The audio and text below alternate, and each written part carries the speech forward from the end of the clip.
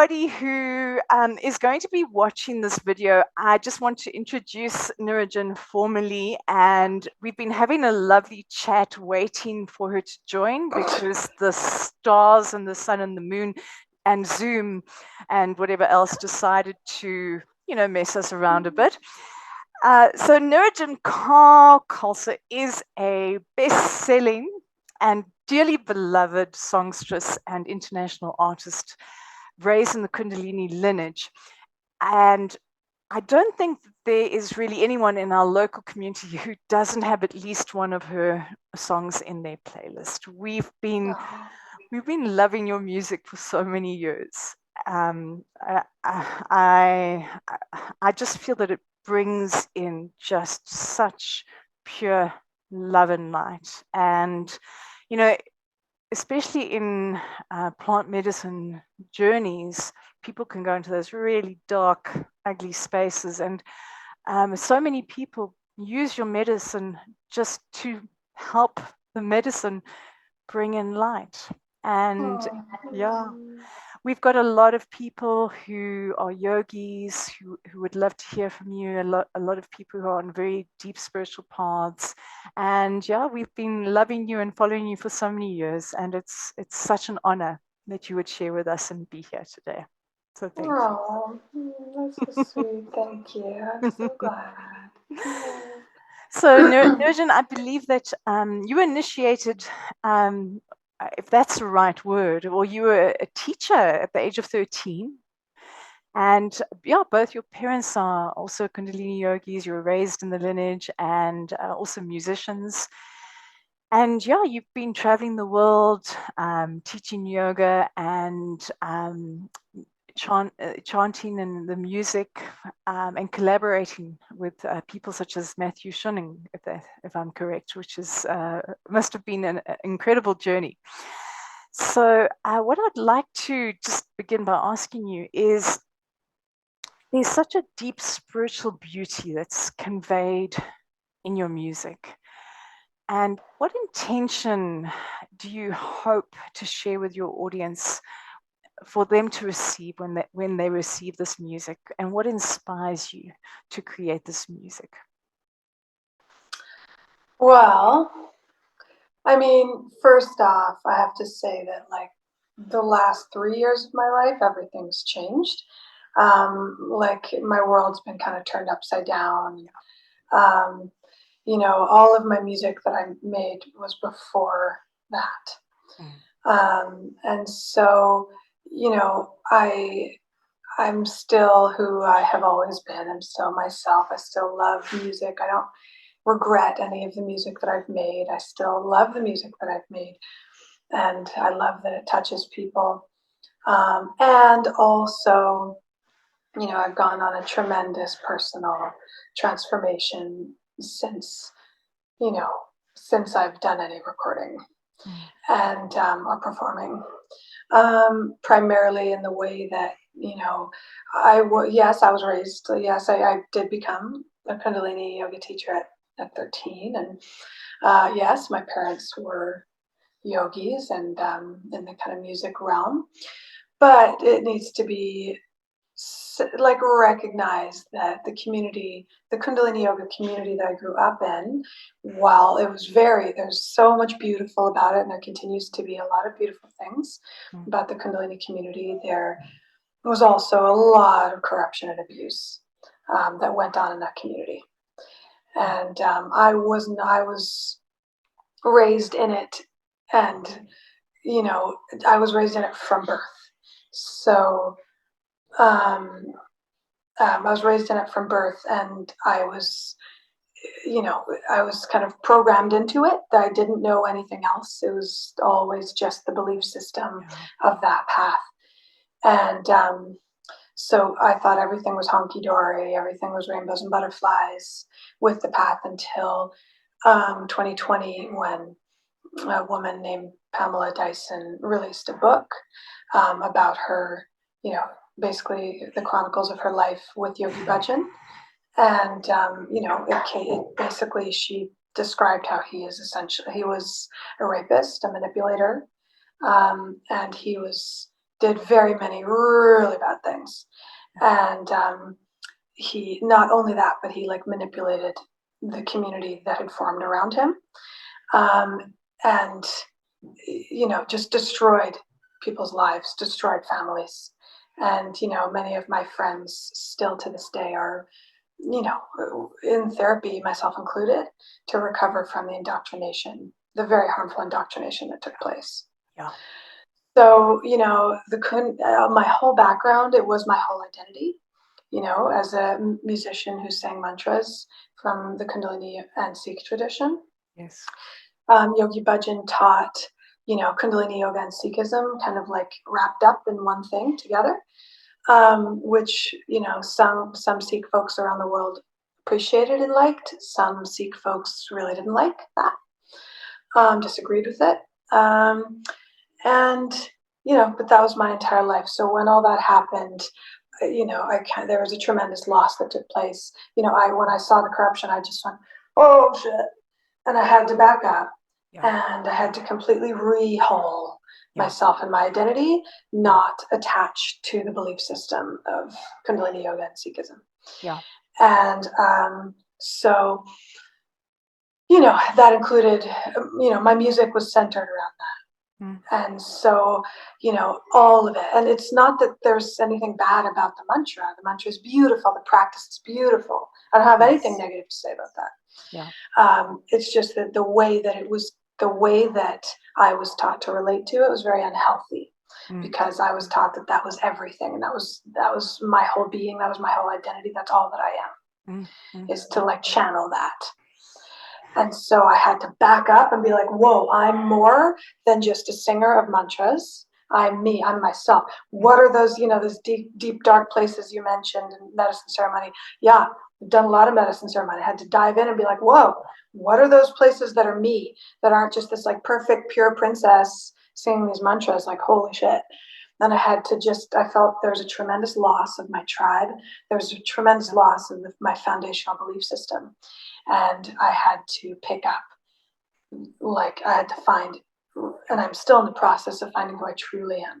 Yeah. So the way that I had to say that and describe that, because, you know, my music is going to go through a rebirth, and it's going through a rehaul. The way I relate to it is completely changed, and I don't yet know what that looks like. I'm still in it, guys. Yeah. Like, I'm still in it. Yeah. Thank you. Yeah. Thank you so much for sharing, and for sharing from such a vulnerable space. And, you know, I can relate personally. I think a lot of people can relate personally. We've had a lot of trauma ourselves. Obviously nothing like what you've been through, but I have also, trauma comparisons, not a thing. Not a thing. You're right. But yeah, you know, it's that shattering of everything that you believed in, and it's particularly bad when it comes in the shape of a spiritual teacher that I think that relationship between a student and a teacher is possibly even more painful than between a lover, you know.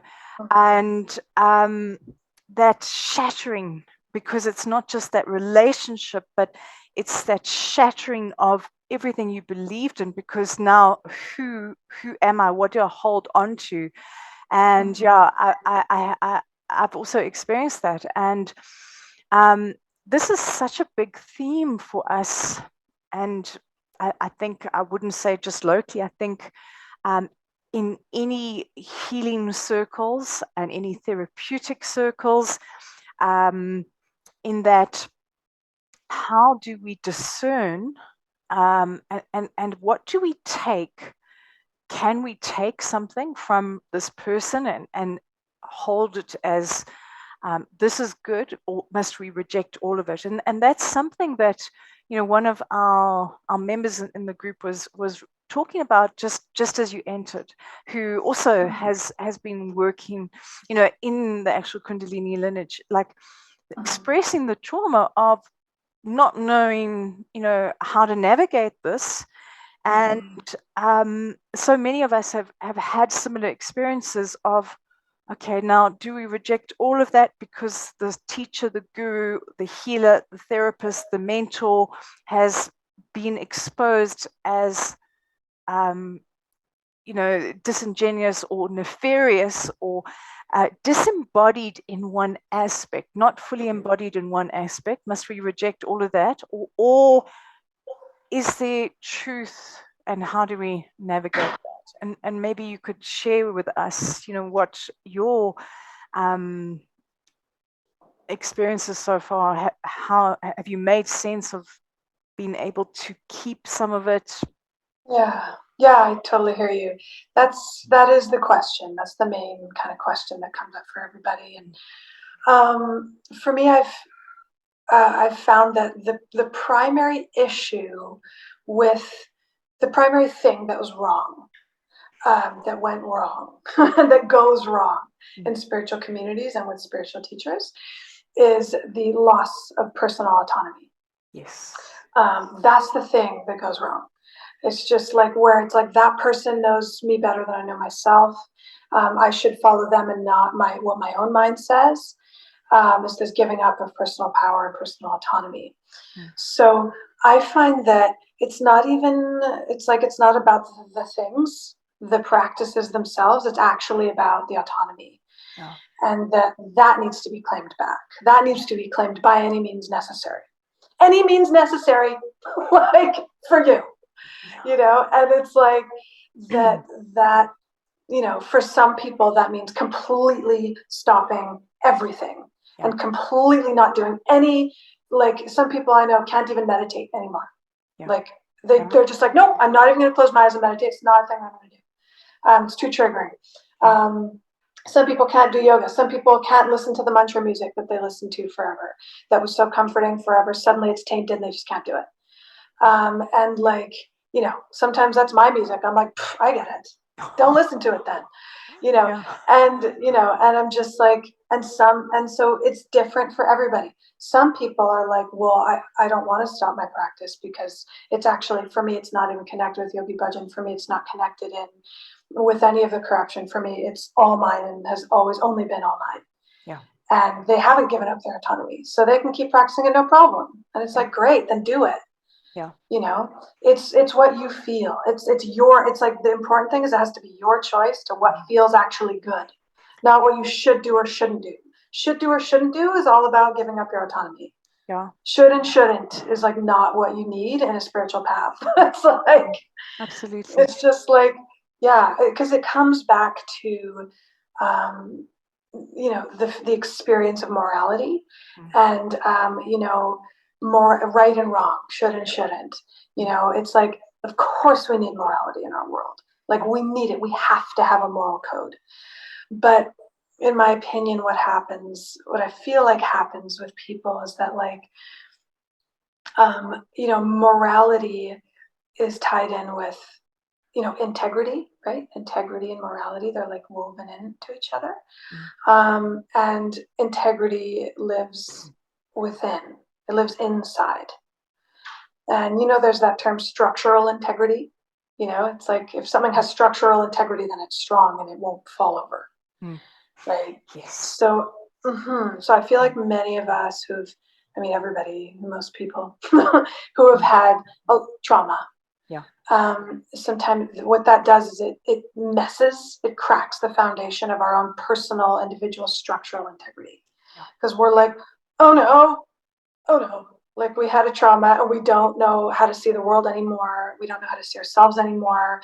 We struggle with shame. We struggle with like, because we're hurt and broken.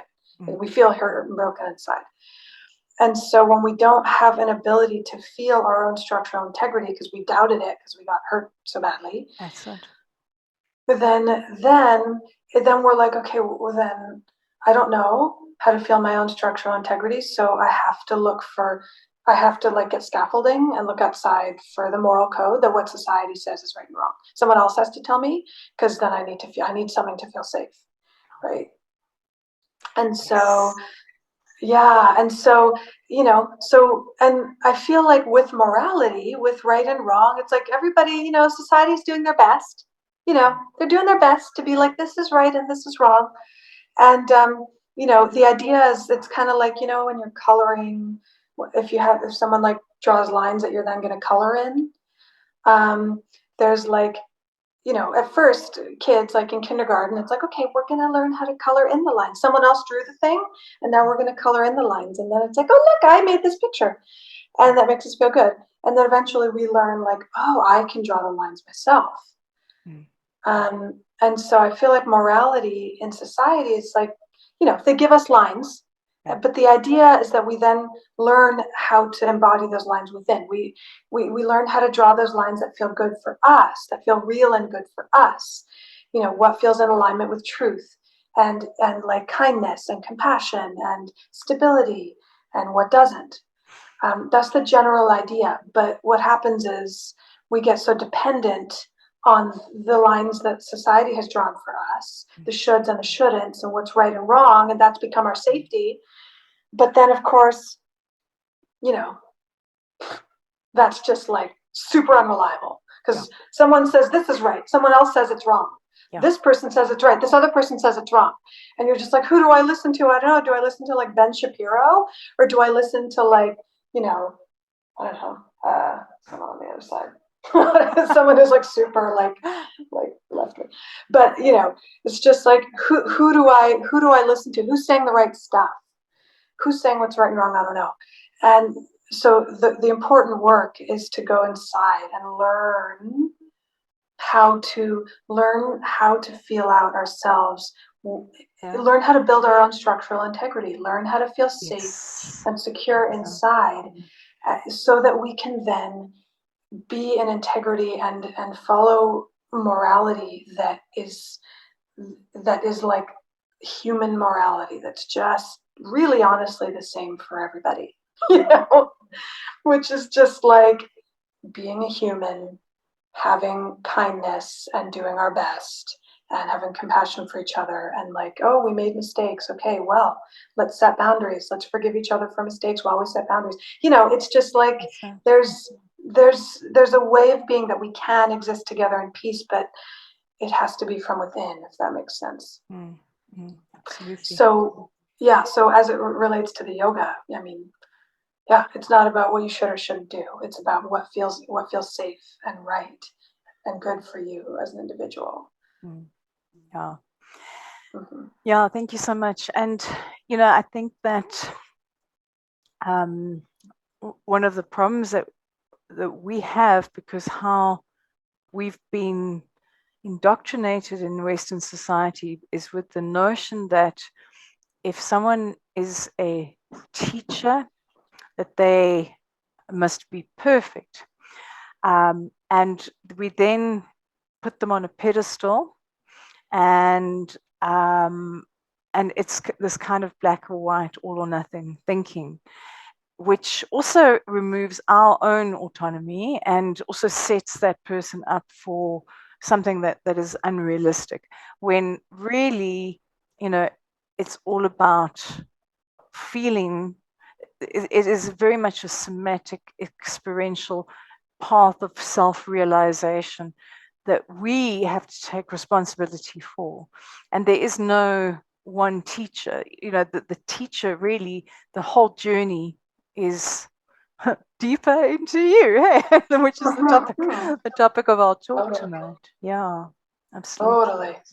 Yeah, when you know, you sent me that list of questions before, and one of them was like asking about like, you know, the journey of like finding a spiritual teacher or relating to a spiritual teacher, and I laugh because you're like, you know, framed as a question like, how do you think people should go about that or something? I'm just like, don't do it.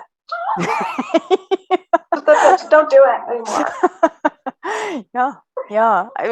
I mean, I have one that I've been, and he doesn't like to call himself a teacher, but someone who I think points, you know, and I think that that's really, you know, what a good one does. But the one thing that he says, and his name is Ajashanti, is that he says that a teacher who still has the self intact is a very dangerous thing indeed. So, you know, I think that is the problem, is that, you know, there are so many people out there who are putting themselves out as teachers. And it's not that they don't, that we all are not teachers from time to time. And there's that practice in Hinduism of going to the street and take the first person you find and make them your guru. And they will be, because you will find a guru in them, because we all are. But we've all got feet of clay as well. Yeah. Oh, totally. Yeah. Yeah. And I should clarify with my just like, don't do it thing, because it's like, you're totally right. I mean, there's definitely gray area there.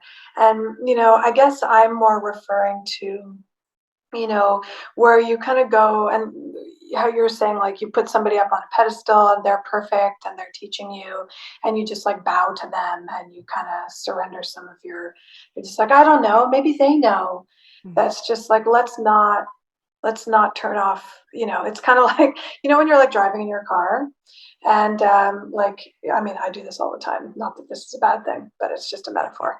When like, it's like you're driving in your own city and you actually know how to get around, but like instead you're just like, I'll just turn on my GPS. Yeah. And you just start like following your GPS, even though it's your city and you know where you are. Just like, maybe it knows a better route. Maybe, I mean, granted, maybe it's taking the traffic into consideration. I guess it probably is. I'll just follow the GPS. And then it ends up actually taking on this roundabout way that like you knew how to get home faster. Actually, if you hadn't followed the GPS. Yeah. It's kind of like that moment when you're driving and you're just like, oh, whatever. Just turn the GPS on.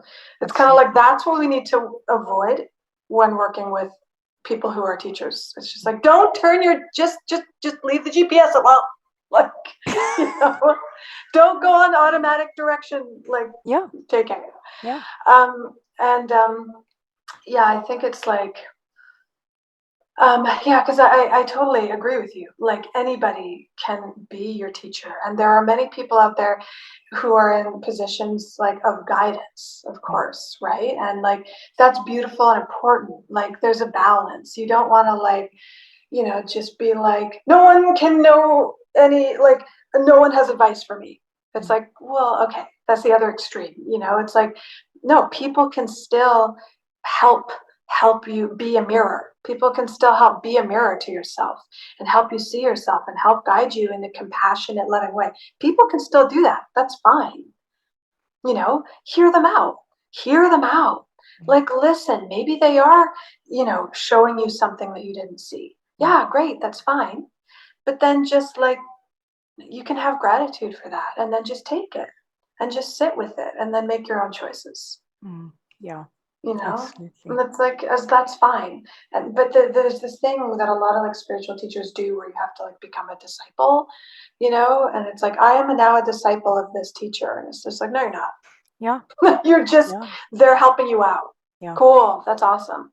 Let them help you out. Maybe one day you'll help them out. Maybe you're helping them out right now. It's just like, yeah. Yeah, absolutely. It's such an important lesson, and it's one that I have banged my head on so many times, to the point that yes, I'm very much in the same place where in fact I became totally anti, and now I've learned to find the balance. So yeah, thank you so much for sharing. We will open the floor, or the Zoom room, to questions shortly. What I wanted to discuss, though, is how we met and why we decided to set this up, and it's got a lot to do with those things up there. So, so I had the really amazing privilege of experiencing Nirinjan's coaching, which she's now doing, incorporating astrology. And I'd like to ask you, how did you get into this astrology, and how do you feel it can actually benefit our lives? Well, I love that question. It's kind of an interesting one. It kind of has some like irony in it, because like, astrology is a thing that's used by many people in a similar way as spiritual teachers are used by people to kind of give their power away too. Yeah. Astrology is one of those things that people are like, oh, well, it's not me. It's just the stars. It's not me. It's because I'm this. It's because I'm a Scorpio, or it's because I'm an Aquarius. It's not me. Like, I don't have to take responsibility for myself. Or like, oh, maybe I should go get like an astrology reading and someone can tell my future. And then I can just release the reins. Because like now I just know none of it's all out of my hands. And I don't have any power anymore. And, it's funny because it's used in such a similar way. Oh, yeah. But again, in my opinion, that all comes back to the place inside where our structural integrity is damaged, because of trauma and because of pain that we've been through. And we just want to give our power away to something else because it's easier. We're like, I can't feel my stability, my structural integrity. So someone else has to show me.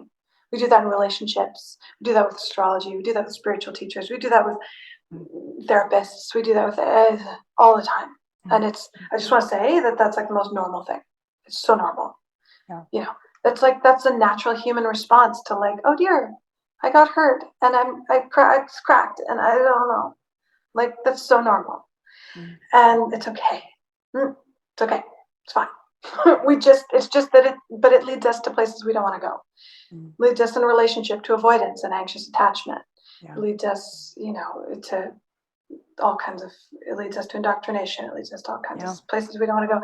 So astrology, what I've found, it's been, I've studied astrology and been practicing it with myself and with people, for this whole last 3 years as I've been kind of rehauling myself. And it's been a really healing experience to learn how to use something like this in a way that is totally empowered and doesn't give my power away or anybody else's power away to it at all.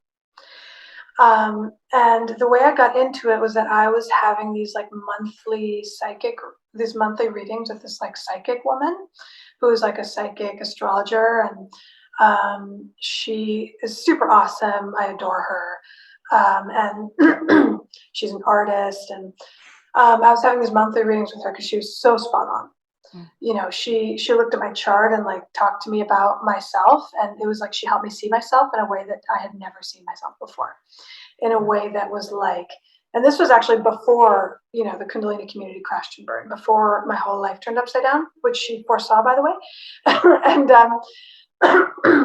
she was just help me see myself in a way that I had never seen, one that encompassed the dark and twisty places and the human places, and actually showed me how my gift lies in those places.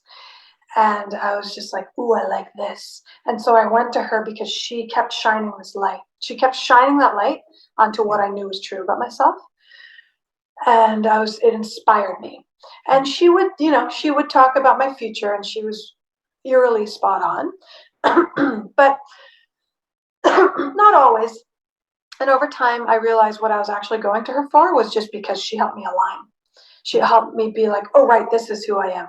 Oh, right, this is who I am. And we could exist on the same kind of frequency of alignment and integrity. I felt whole and healed and centered when I spoke with her.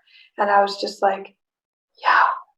And, I a little bit gave my power away to her. I did, just because how could I not? That was my whole past. Yeah. But it was beautiful because what happened was I was like, I kind of was giving my power away to her. And then I was just like, wait a second, I could learn astrology. What if I could see all this stuff and intuit it myself? And she was like, yeah, go for it. Yeah. And I was like, yeah. Okay, so I just dove into studying astrology. I just got completely immersed in it, dove into the ocean of astrology. Books, podcasts. I hired a mentor to just teach me about it one-on-one, every week for months and months. And I was just boom, because that's how I am. I obsess. And, and then I learned as much as I possibly could, and then realized that the way I could learn more was through working with people. And I just did kind of informal with my friends, little is this right? Is this right? Did I get this right? does this resonate with you? Is this kind of, if this are, this planet in this position in this sign, like, is that how you feel or not?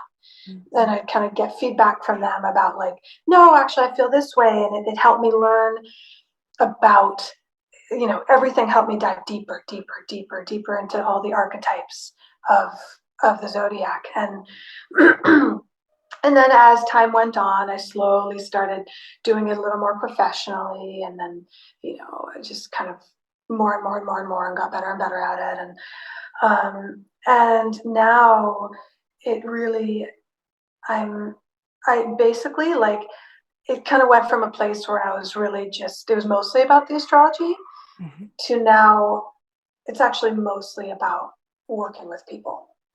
It's mostly about just like listening to people, like just hearing them and helping them feel seen and heard, and helping to like just like help I use the chart, I use the astrology purely as a tool, purely as a toolkit to just help me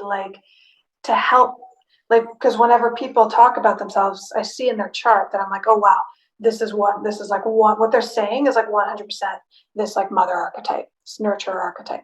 Oh my God, what they're saying is like so much the warrior archetype. Oh, what they're saying is so much the like healer archetype. But they're like priestess archetype or priest or whatever. It's like there's so many different archetypes, and I just hear it in people's stories. I'm like, oh, I wonder if they've got that present in their chart. And always, oh, yep, there it is. There's the archetype. Of course they're speaking that way, because look, here it is. And then you get to and then I get to talk to them about it, and they're just like, oh my God, yes. Oh my God, that makes me feel so much more clear. There's nothing wrong with me. Now I understand like how I can navigate this in a way that is responsible and feels safe and feels good, as opposed to just feeling lost and there's something wrong with you. So and I'd like to use that with myself too. That's really been a huge part of my journey, understanding myself better, not being like, oh, there's something wrong with me. What do I have to change? It's like, no, actually, everything is right with me. All I need to do. Okay, so I'm just going to say this one thing. I know we don't have a lot of time, but to me, this is like the essence of what I do and of astrology and of life in general, in my opinion. Is that like, whenever I deal with the planets and the signs and the aspects and the houses and everything has it's a two-sided coin. Everything has got the shadow side and the gift side. And we don't get to have just one. We don't get to deal in just the daytime. We also have to have the nighttime. It wouldn't be daytime without the nighttime. It would just be like life. Like we wouldn't have a daytime without, and we wouldn't have nighttime without daytime. So we need the light and the dark in order to have a complete experience in life. And it's the same with like every planet, with every sign. Like let's take Cancer as a sign, for example. So Cancer is the archetype of the mother, the nurturer. It's the moon, ruled by the moon. And the moon deals in water. It manages, it pulls the water up on the earth. And the gift of Cancer, when it's in its really loving state, is it truly sees others. It has this desire to care for people, to help them feel safe, to help them feel truly seen and appreciated. And it's like Cancer sees everything as precious. Every feeling is precious. Every moment is precious. Then we'll just soak up like every detail of someone and be like, oh my God, oh yes, how can I make you food? Can I make you feel safe? And then also needs to be made to feel that way. Oh, okay, I just need my cozy blanket, and I just need my cookies, and right now I need to cry for like 3 hours. It's like Cancer just needs to follow the flow of feelings and nurture. That's the archetype of Cancer. It's so beautiful. It's such a beautiful archetype. Oh my God, it can heal anything. Right? Because it's just like the ultimate unconditional love, like balm, that you can just rub on anything and it heals. It's like, a newborn baby with the breasts full of milk. This is the Cancer archetype, right? The baby's crying, the baby's freaking out, and the baby nurses, and everything's all better, and they just go into this like zen, like blissed out state. That's the Cancer archetype. Now, that's the gift side.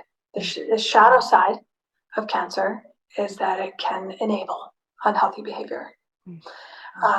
If you kind of, it can enable unhealthy behavior. It can just be like always, oh, okay, well, I forgive you. I know that you're trying, and that's I'll just wait. I'll just give you another reminder. Oh, okay, it's okay.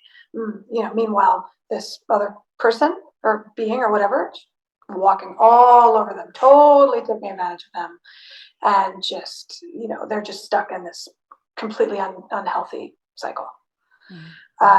And that can be the shadow side of Cancer. And people who have a lot of Cancer, unfortunately, it's just like, well, usually they'll have to experience both. They'll tell me about what they love and how good they are at being a nurturer, but then they'll also tell me about, okay, but this other thing's also happening. So point being, we both get to experience the gift in shadow. And so rather than, that person, usually that it's like, okay, so let's say that person who has a lot of Cancer, they might be like, well, there's something wrong with me. God, I need to just have stronger boundaries. Like I just need to have stronger boundaries so people don't take advantage of me. And they like try to have stronger boundaries and it just like doesn't work. They're like, something's wrong with me. And, like I can't, I just must be weak. And I'm like, no, you're just a Cancer. Of course you struggle with boundaries. Have you tried telling water that it just needs to stop in its tracks? Has that ever worked? Like, has it ever worked? Water, stop flowing. And that doesn't work. So it's like, instead, I like to take the wisdom of the archetypes in the zodiac to help just be like, okay, well, for one thing, we have the wisdom of the gift and shadow. So it's like, first of all, understand that you can't just change your nature. You can't just be like, I need to have boundaries and I'm going to get better at that. And if I don't, then I'm a failure. It's like, no. You have to understand that like a tremendous part of your gift is that you are so nurturing and so loving, and you have this incredible gift of like being a vessel of like love and tremendous softness and beauty for people. So like, if you are going to try and like change yourself to like make yourself able to do boundaries a whole lot better, then like you have to understand that you're also going to throw the baby out with the bathwater. Like you can't just eliminate the shadow without then eliminating the gift as well. And so it's like, okay, then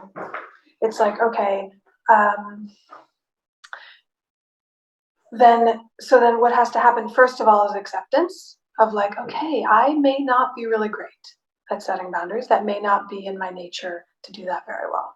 Does that mean you can't? Absolutely not. You can, but it's kind of like, all right, you're going to have to do it manually.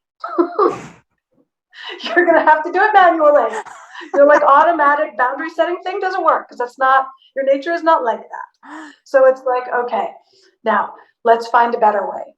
So that's what I like to really bring in. That's why I like to look in people's charts and see, for one thing, what else they have going on that might help them to understand how to set boundaries better. But also I like to bring in the use of the opposites. So like in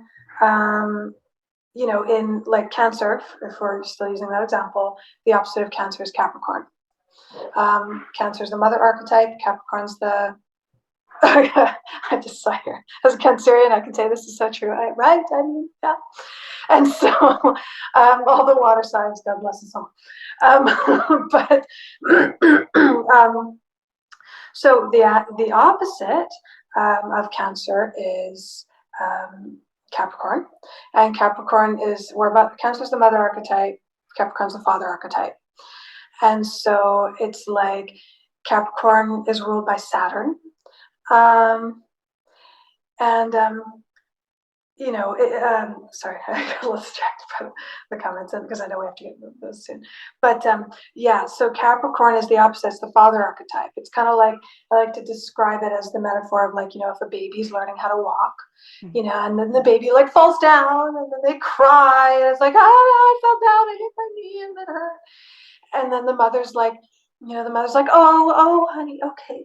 And they pick up the baby and they like nurse the baby, and the baby goes into like complete samadhi, and it's just like all pain has disappeared because they're just like totally zen out, and they're just like, ah, nursing, and like everything's better again.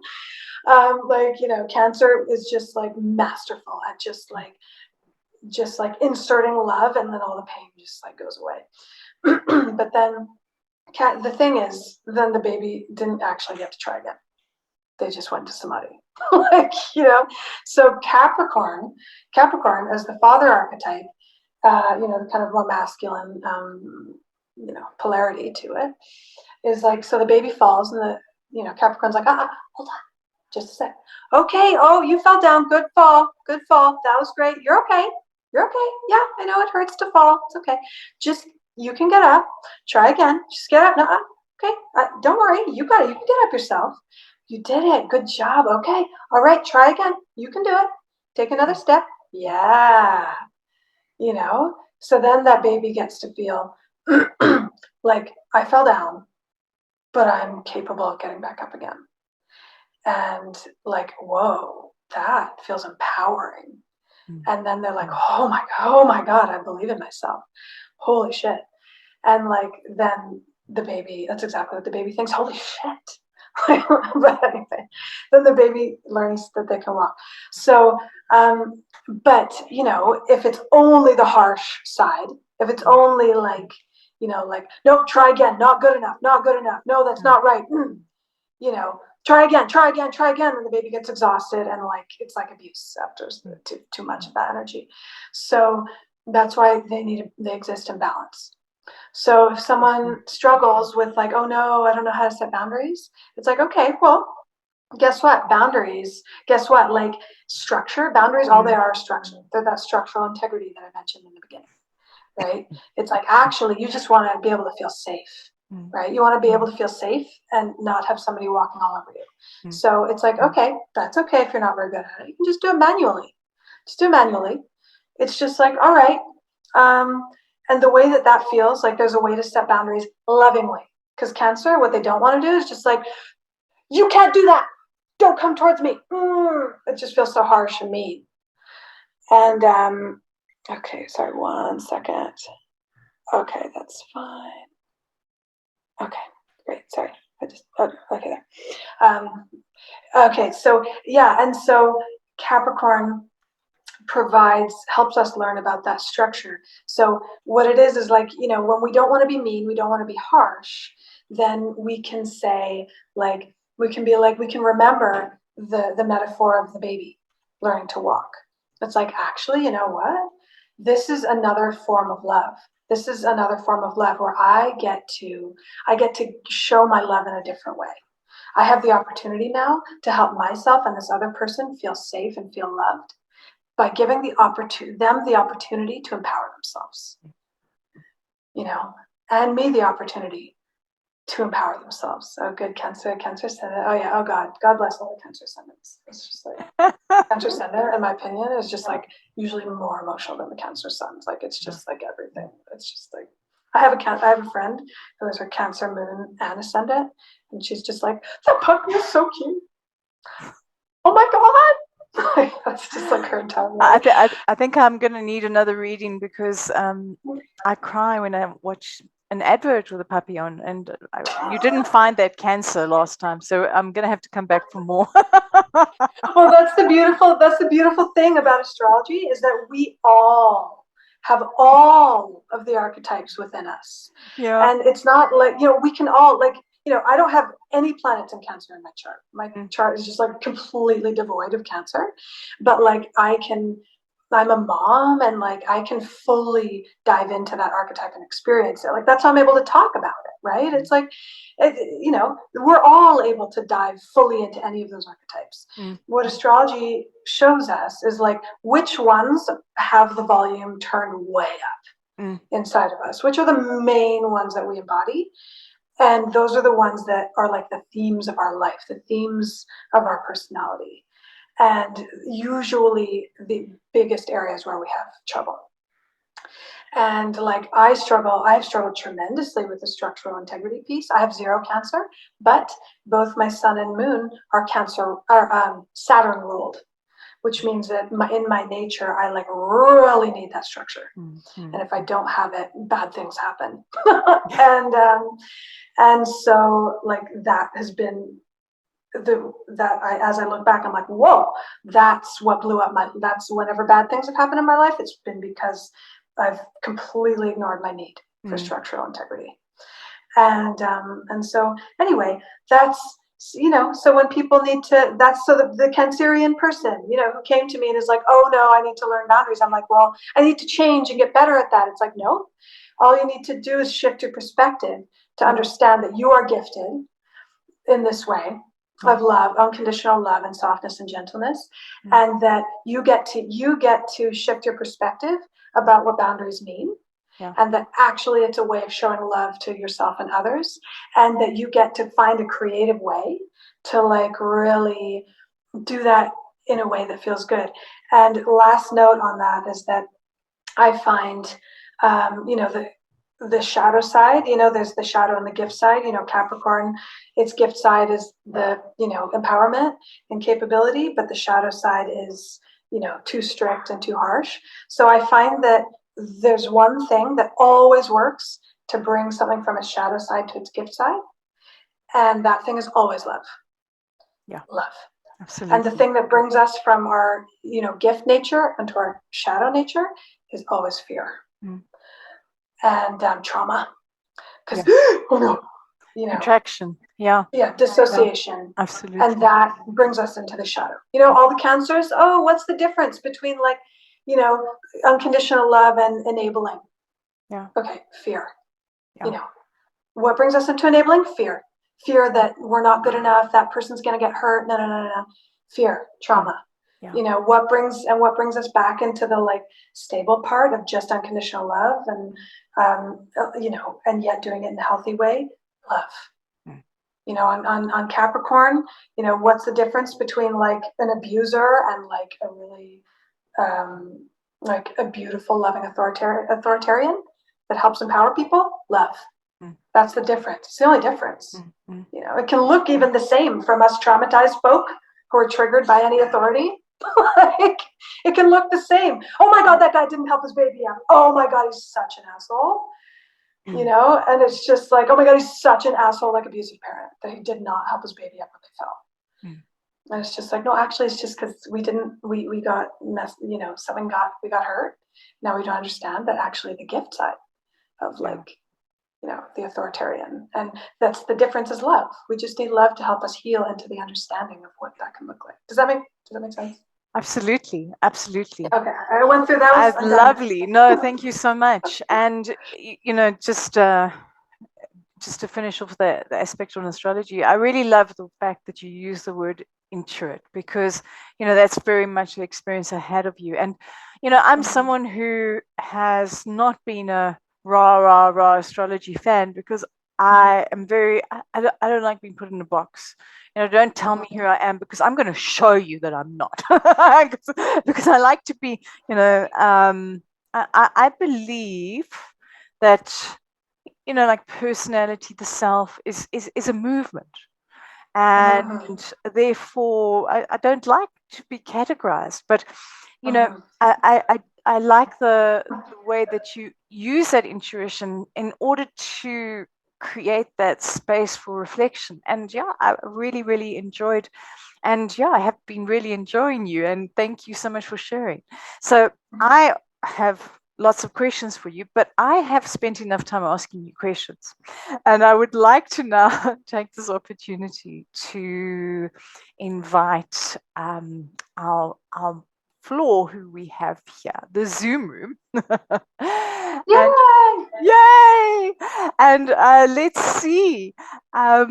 Maybe also, if you want to have a look in the chat, I know that we've had people that are very, very excited, and maybe there's one question there about, but it from Irma, but it is a very specific one about her chart. I'm an open book. You can ask anything you want about me personally. Don't worry, I have no qualms. Oh, her own chart or my chart? About Irma. So Irma, I don't know if where her own chart. Oh yes. Totally. So Irma, maybe let's allow you, because I'm going to take you off mute and you can say hello to Nirinjan. I mean, you should be able to take yourself off mute, but I'm trying to help you there. Nirinjan, you've gone sideways. Sorry. Hold on, I just need to turn my phone back into. Oh, there we go. There we go. I'm not very well lit. We have load shedding. You're like in the dark. But I can kind of see you, kinda. Hi. Hello. Hi. I would like to say that I am currently inside a house that was, I believe, partly manifested on chanting Adi Shakti on your YouTube video for about 3 months non-stop. Oh, wow. Oh, that's so sweet. So that's one of my favorites. That was always one of my favorite songs that I've done, Adi Shakti. Whenever I performed live, I always did that one first. I love that one. Yeah. I know it's an old one for you, but it's got personal meaning for me. So I want to start by saying thank you for that. Of course. So much. So I would like to know, I think it's not so personal only for me, because Chiron is conjunct Jupiter. And I think in next week, it will be in the first degree of Aries. And you mean Chiron will? Yes. And I believe, and it's also within the first degree of Aries in my the sun will be. The sun will be. Yeah, got it. And so so that's my question. My question is, tell the room more about this phenomena of Chiron and Jupiter, and then and that's general for everyone. And then for me specifically, it's in my 8th house in Aries in the same degree. And it is in opposition with Neptune in my chart, my birth chart. What is Chiron or the sun? Chiron. Chiron is opposite your Neptune. Cool. Well, yeah, Chiron and Jupiter. I remember that was one of the questions that Elaine or Elana. Is it Elaine or Elana? Which one? Elana. Elana. Look, you can call me either. But this Chiron, and I think Chiron's a big theme for everyone, and the sort of wounded healer stuff. And I think it's coming up big right now, and everyone's getting hammered. So let us know. Okay, so so Chiron, Chiron and Jupiter conjunction, in Aries, good old Aries. Aries is I'm so excited that we're entering Aries season. And 8th house. Well, your 8th house, yes, and for me, Aries is my 6th house, which is like, it's okay, it's still nice, but 8th house in Aries. I also actually in my own chart have Chiron in my 8th house, which is, it's a cool place to have Chiron. But just to kind of, I'll focus on talking about Chiron and Jupiter and Chiron in general and its conjunction with Jupiter, and then the 8th house. The 8th house, having Chiron in the 8th house is kind of like specific to you and me. So like not everybody has Chiron in the 8th house. So, but so I don't want to spend a tremendous amount of time on that, just so that we can make sure to get to a lot of questions. I'm going to try and be brief as well, because obviously I'm a talker.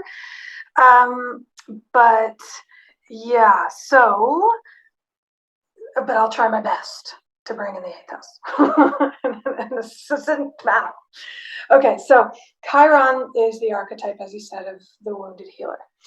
Now, it's so okay. Sorry, I'm trying to be very concise. It's not my natural gift. Okay, so when we so how we all have this part of us that's like our core wound, the thing that's just like, oh God, don't touch it. It's just like, oh, that thing, oh no. That's like our Chiron spot. It's like super painful and sensitive, and it's usually tied in with our core trauma in our life. Core wound, core trauma, can be epigenetic, can be like from our parents, could be an event that happened, could be just the general way we were raised, could be tied into the culture we're in, could be all of the above, and it's basically the site of our core wound. Now, there's this famous Rumi quote, that says, "The wound is the place where the light enters you." And to me, that's basically what Chiron is. So it's like, it hurts really, really bad. But, its shadow side is that it can hurt really, really bad. And then you're just stuck in this like super vulnerable, like it's always hurting place forever. And it's just like, oh shit. But then its gift side is that actually it hurts so good. It's not the opposite. It's not like it stops hurting. It's not like the thing stops hurting. It's not like your trauma goes away. It's not a thing that happens. You don't just like forget, like, but what happens is the gift side of Chiron is that all that stuff starts to hurt so good. It's like yeah. And so, what happens with our trauma is that, the whole thing behind trauma healing is that, our trauma, it shapes us into coming deeper into who we are. It forces us to go deeper into our shadow and love and accept ourselves. It's like, when you get your heart broken, then you don't like glue your heart back together and then it's the same as it was. No, that's not a thing. Anyone who's experienced grief knows that that's not a thing. You don't just like get the person or the relationship or the whatever erased from your brain and then it's all better again. No, what happens is you broke and you're a lot of pieces. And the way I like to, actually my favorite metaphor is when you put, if you put a glass jar into the freezer full of water, when it freezes, it breaks, but it doesn't only break, it actually also expands. So you couldn't glue that jar back together around that frozen water. And that's what grief feels like. That's what, like, after the trauma, when you have, usually, see, the thing is, trauma is two things. It's shocking. It zaps your nervous system into this other like survival state, but it also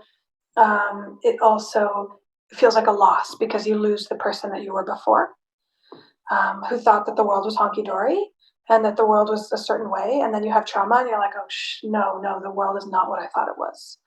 And you just get like propelled into like the upside down, and it's like everything's cold and everything sucks because you're having to grieve the person that you were. And so now what happens is that it feels like, when you have to grieve, it feels like all those like memories and all those like joyful, happy things froze. It's like they froze and they became like icy and you can't feel them anymore. It's like, oh no, it's like the blood in your body that is like moving. It froze and your heart shattered. It's like, oh no, all those feelings now feel cold and painful. All those memories now are cold and painful. And so it breaks your heart open. And then it fills in all those cracks with gold. And then you have this work of art where your heart is bigger and it looks like this incredible like root system of like the tree of life. Like your heart is now this work of art that is like this bigger thing. And then it's like, holy moly, I'm now something more.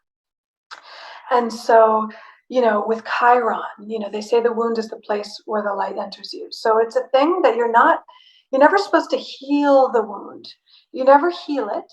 It's always supposed to be a little bit broken because it's like it's always supposed to bleed a little bit, because the blood is not a problem. The blood is the medicine, is your medicine that the world needs from you. It's like you have to keep that blood flow moving. And it's like it froze and it cracked. And then over time it started to thaw, and it's like then it's seeping out, and then you're going to have another loss, you're going to have some more pain, you're going to have to go deeper into your shadow, and it's going to freeze again, and the same thing's going to happen. And it's like Chiron is where we start to accept that, like, we are going to have to be broken over and over again, and that's the point, because that's how we have to grow, and that's how we get to give the world the medicine of who we are. And that we have to accept that we are medicine, and that all the pain and all of our mistakes and all the things that we've done, that, yeah, oh shit, I hurt somebody, sorry. Like, whoa, yeah, okay, well, you're human. Yeah, you did. And somebody hurt you. Yeah, because they're human and they didn't, it's just what happens. And you lost a thing. Well, you got to love it. Whoa. And you still love it. That's a human thing. Chiron is just like pure catharsis of being human. And it's pure catharsis. And catharsis feels like when you're grieving and you're like, just like your whole face is like tears and snot. And you're like listening to this song that's just like whoever is singing this song knows me and sang this exactly to me and made the song exactly for me. And now I'm like so in it that it hurts so good. It's like it hurts so bad, but it also hurts so good, right? And that's how Chiron does. Does that make sense, first of all, as an archetype? Yeah. Okay. Now Jupiter is the planet of expansion. It's the planet that makes everything bigger. It represents, in the psyche, in both the personal psyche and like the collective psyche. It represents kind of like the worldview. It represents how that part of your mind that thinks big and kind of sees the bird's eye view.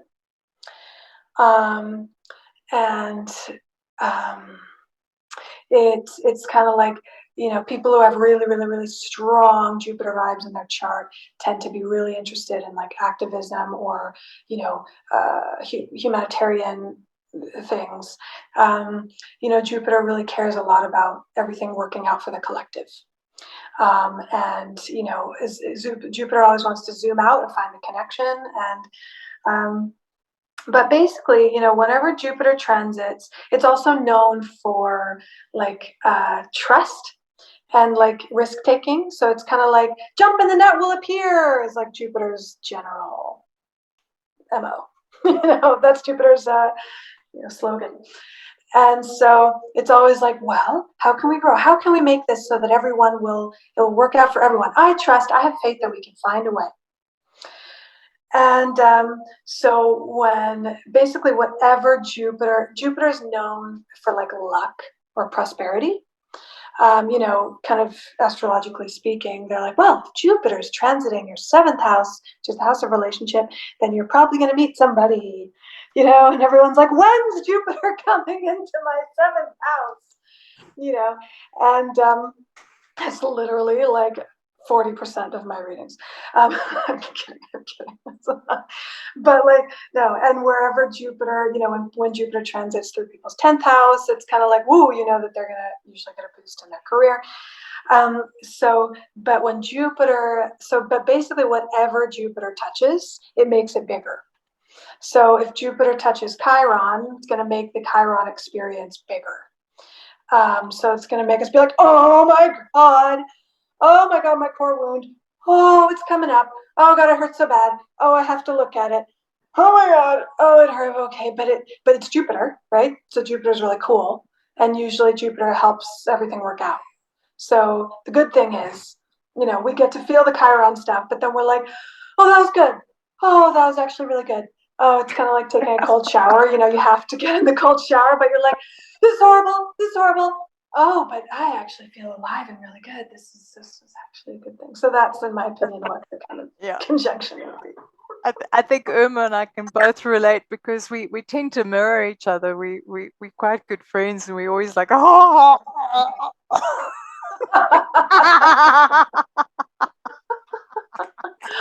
Oh, that's so good. I'm so glad. Oh, lovely. Thank you so much, Nirinjan. Anyone else got how much more time can we take of yours, Nirinjan? We don't want to. I know you've got other Well, since we sessions. started so late, I mean, I'd say, I mean, it's an interesting one because we started so late. So I want to make sure to like give you guys enough time. But I also know you guys have been like sitting here. You sat here like 45 minutes before I came on. So you guys are probably tired. So you just, how about this? Let's keep going until you think that it's like really enough, time to be enough. And I'm totally fine for whatever that is. And I can just, like, whether that's 5 more minutes, whether that's 10 more minutes or 15, why don't you make that call? I say, and if I have to go, I'll give you like a 5-minute warning. How's that? Perfect.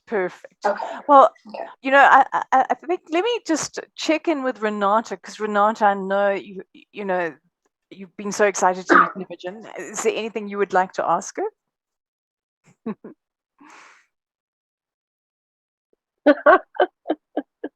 Well, now you put me on the spot. I was just absorbing and loving listening to you. And I really love how we can learn from astrology, and it's something that I've also started looking into. So if I wanted to deepen my understanding or get more involved in astrology, what would you say for like on a personal level? How would you guide me? What would you say are good ways of like key things to start learning about if you want to discover more about astrology? So, what would be the first steps to learn more about astrology in general? Do you think it's better to start with your own personal chart or to get a deeper understanding of a bigger sphere of astrology? Well, that's a great question. I get that a decent amount. Like I feel like a lot of people want to know that. So I'm really grateful for you for asking that question. And also, yeah, I'm grateful to be able to give my opinion on that because, yeah, years ago I was in the same position where I was just like, well, I want to learn, but it's hard because it's just like it's such a deep, complex kind of world. And I would say that really what it really is a language. It's like you just have to look at it like you're learning another language. And so if you're learning a language, what's the first thing you do? You don't just like listen to people you can listen to people speaking fluently in it, but that's not going to be super helpful. Like it's kind of like, let's start with the ABCs. Let's start with the alphabet here. Let's start with the verbs and let's start with understanding the structure. So what I would say is the best place to start is first to understand the planets and what they mean. First, just keep it simple, just the planets. What does the sun mean in the psyche? Because all the planets, they represent a part of the psyche. So first, what does the sun mean in the psyche? What does it represent? What part of the psyche does the moon represent? What part of the psyche does the ascendant in astrology represent? It's not a planet, but whatever. Or maybe even don't start with the angles. Just sun, moon, Mercury, Venus, Mars. Those are the personal planets. Just start there. Personal planets. I'm going to understand the personal planets. They're the ones closest to the sun. Sun, moon, Mercury, Venus, Mars.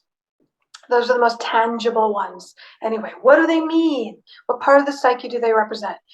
And then you can go on to what part of the psyche does Jupiter represent? Like I just kind of explained that one. And then Saturn, and then Uranus and Neptune and Pluto. And the farther away from the sun, you get, the more subtle the planets get. So the more like subtle and subconscious the experience of those parts of our psyche get. Mercury is the mind, and you're just like, your mind's always going, Mercury is there. But then like Pluto's like super subconscious. And so anyway, you start with the planets. Those are the parts of the psyche. And then you then you move on to the signs, and you understand that, the signs are like the different languages that the planets speak. So it's like, well, if you have your moon in Taurus, then so you look at, okay, so the moon is this part of my psyche. So what language does my, inner emotional world speak? What language do I speak? How do I feel in my most inner world generally? What language does it speak? Oh, it speaks Taurus. Okay, I don't have a Taurus moon. The moon is just in Taurus. Yeah, like what language does the moon speak? Like, does your own moon speak? Oh, if it's Taurus, you learn about Taurus.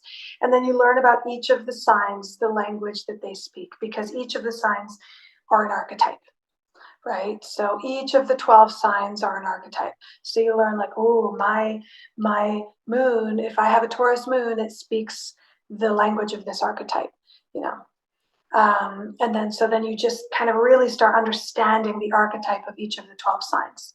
Then before you know it, if you understand the planets and the way they relate in the psyche, and then you understand the signs and the kind of archetypes that they all are, then you can like read your own chart. You can you're well on your way to understanding astrology in a really good way.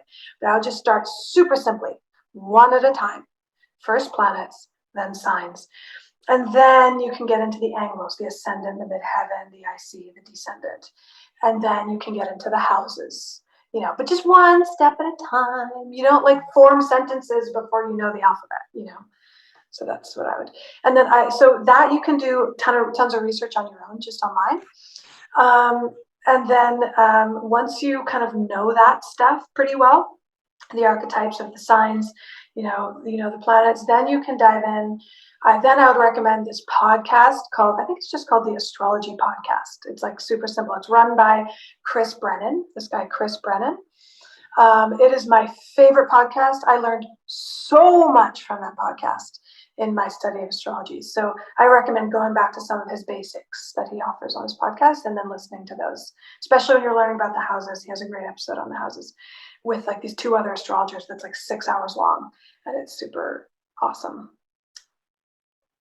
Awesome. Thank you. Right, super. Well, it looks like we don't have any more takers. So maybe because this whole talk was about going deeper into you, and so much of your work and the place from which you speak is intuitive, and we've been talking about that integral structure, and I think this journey really is that one of self-love and connecting with self. And what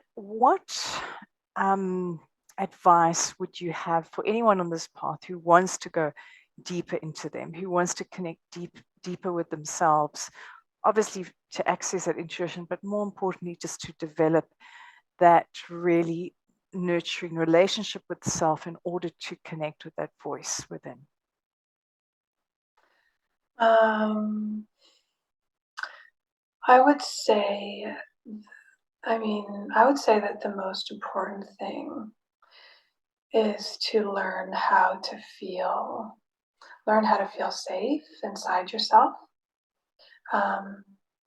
and to learn the tools to be able to really regulate your nervous system and to therefore feel safe inside.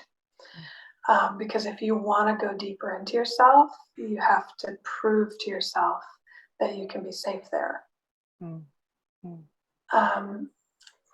If you try to go deeper into yourself, but you're so busy judging yourself and feeling like something's wrong with you and you want to fix yourself, then, that's not a very safe environment, Your spirit's like, well, you're like, well, I don't want to go deeper into me if it feels like a thorny, spiky floor. Sucks.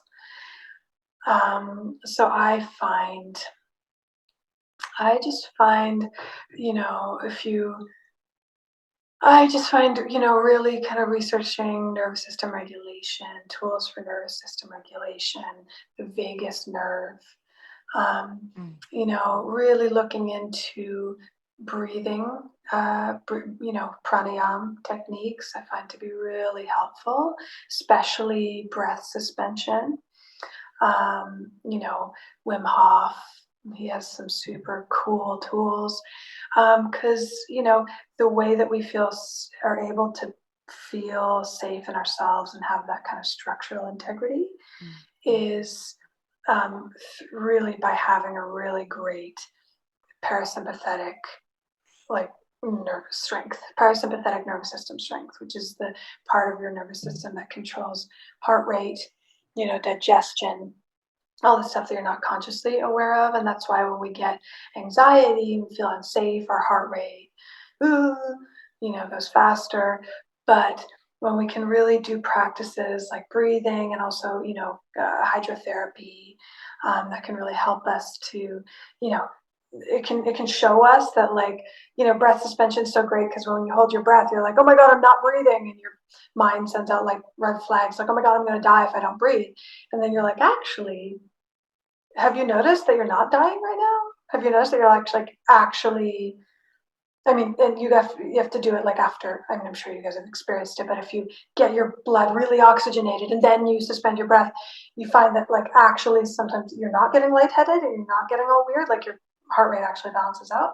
And you get to show yourself that, like, whoa, I can, like, not breathe and still be alive. That's crazy. You have to show your mind that. And so that also tells your mind, like, whoa, I can, like, think that my environment is super dangerous and that I'm not trustworthy and everything's not trustworthy and actually still be okay.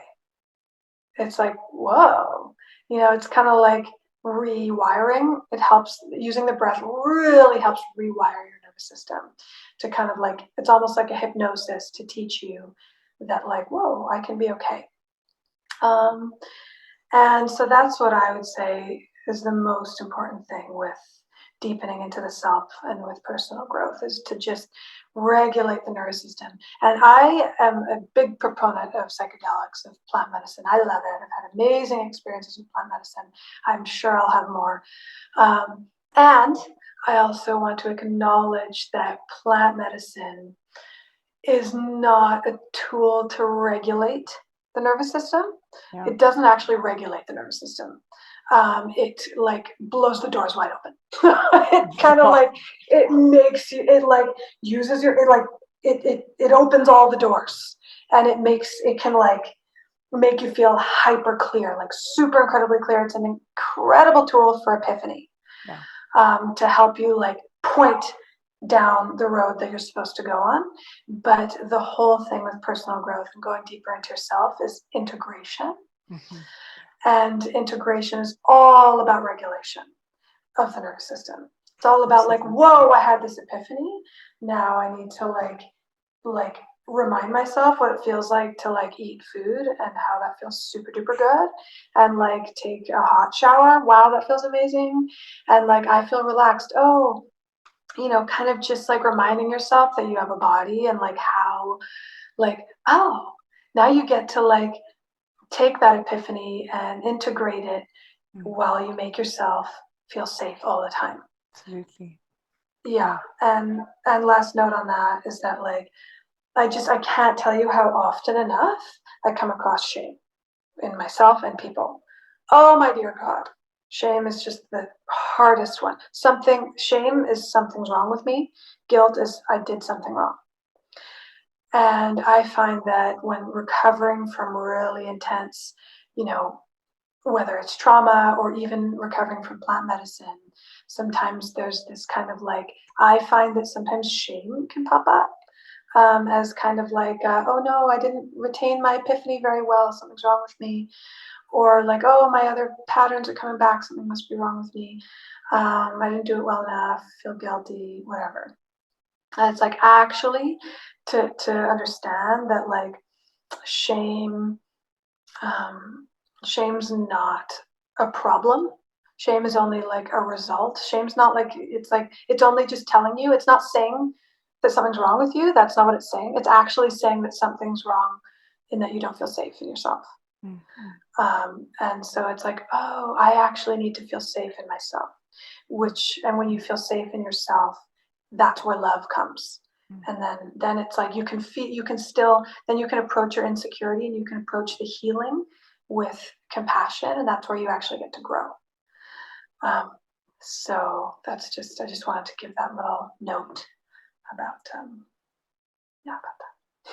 That's lovely. Thank you so much for so much of your time, this beautiful, generous blessing, and for spending it with us. We're so grateful. And it's my blessing, you guys. Are you kidding me? This is so fun. I'm so happy. I'm like, can I do this every day? This is so fun. Please, we would love that. It's so lovely because we're now going to take this recording and we'll share it with our Facebook group. And then we've got a YouTube channel, which, I checked probably about, I don't check the stats. I'm not like a stat person, but the last time I checked, which was about 3 years ago, we'd had back then more than 800,000 views, and it just keeps going. We've had some amazing guests. So and we've got a nice lineup, by the way. So we have another international speaker lined up, who I think actually is also from Canada, Lonson Gray. He's lovely. Lined up. Excellent. Oh, have fun. Oh, yeah. And thank you so much. So I've put a link for Nirinjan's website. Please do engage her if you feel called to. We'll put the information on the YouTube channel as well. And I'm just so grateful myself. And thank you so much for your vulnerability, for your generosity, and for everything that you bring. We love you.